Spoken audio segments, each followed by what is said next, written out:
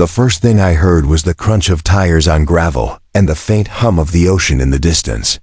The road ahead was empty, stretching like a ribbon toward the horizon, when suddenly, a small figure stepped into my path. I slammed the brakes, my heart punching against my ribs.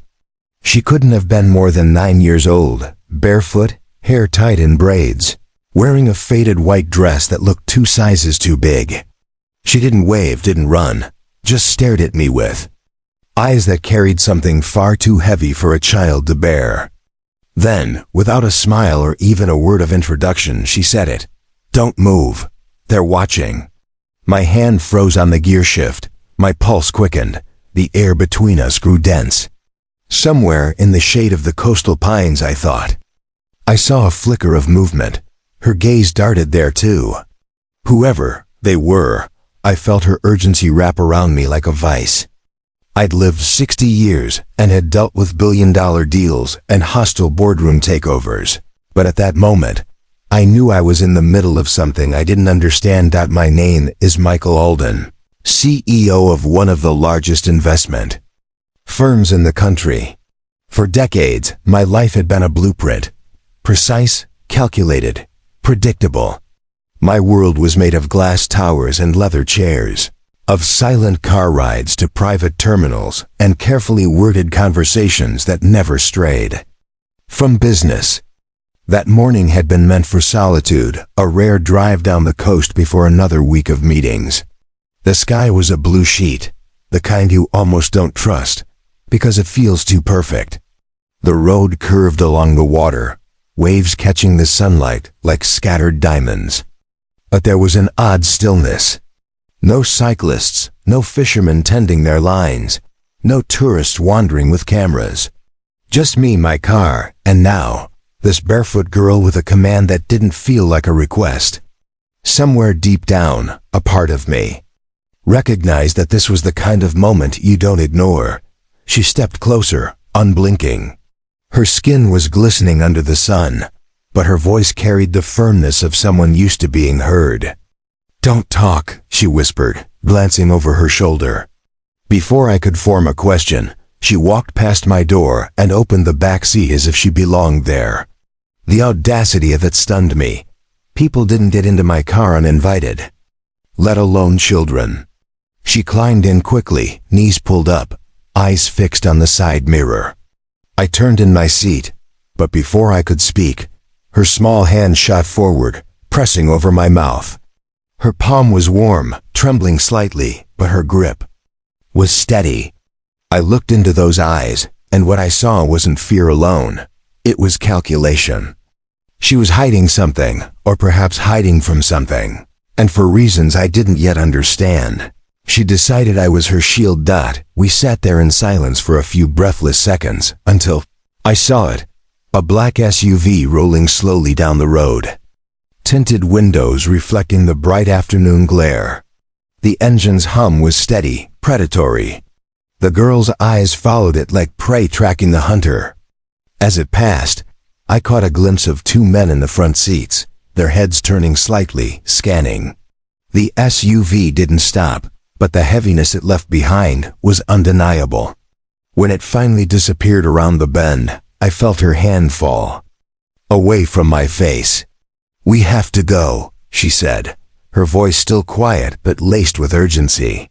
I wanted answers. Who were those men? Why was she here? But something told me that pressing her now would be like shaking a fragile bottle of glass. She told me to take the next left, then the next right. Her directions were precise, given without hesitation. "Turn where the tree bends," she said, and sure enough, an old oak leaned over the road as if bowing to us. The further we drove, the narrower the roads became, the asphalt giving way to dirt. My hands, used to gripping pens and steering wheel leather in climate-controlled comfort, now felt slick against the wheel. I glanced back at her. She sat upright, watching every shadow, every flicker of movement outside. "You're a long way from home," I said gently. She didn't look at me but muttered, "Home is gone. This is the only way left." Her eyes caught the glint of my watch. "That's too sad for something so shiny," she added. And I couldn't decide if she meant me or the watch. After what felt like hours, but was probably only minutes, we emerged into a clearing. Small, weather-worn houses clustered together. Near the shoreline, their walls faded from years of salt and sun. Fishermen mended nets in silence, and the air smelled of the sea mixed with smoke from a distant fire. "There," she said, pointing to a cottage at the far edge of the village. The roof sagged, and the front steps looked ready to give way. We parked, and for the first time since I'd seen her, the steel in her eyes softened. "My grandmother's inside. She's sick.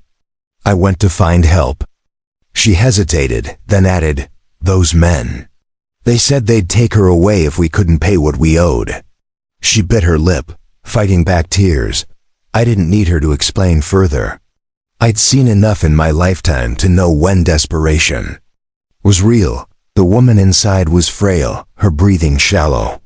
I knelt beside her bed, feeling the rough texture of the blanket under my hands. She tried to speak, but her voice was little more than a whisper. I didn't tell them who I was or what I could do. It wasn't the time for pride. I stepped outside, phone in hand, and made a single call. The debt would be erased before nightfall. I made sure of it. The girl stood by the doorway, watching me. "It's done," I said simply. Her face lit up in a way I can't describe. Relief, gratitude, and something deeper, like trust. I didn't wait for thanks. I only slipped my business card into the notebook she carried and told her to keep it safe. Weeks passed. The memory of that day stayed with me like a song I couldn't shake. Then, one morning, an envelope arrived at my office. Inside was a handwritten letter. "You didn't just save my grandmother. You saved me." I read it twice, then a third time. I had closed deals worth billions, shaken hands with world leaders, but nothing had ever felt like this. I'm an old man now, and I've learned that wealth can open doors.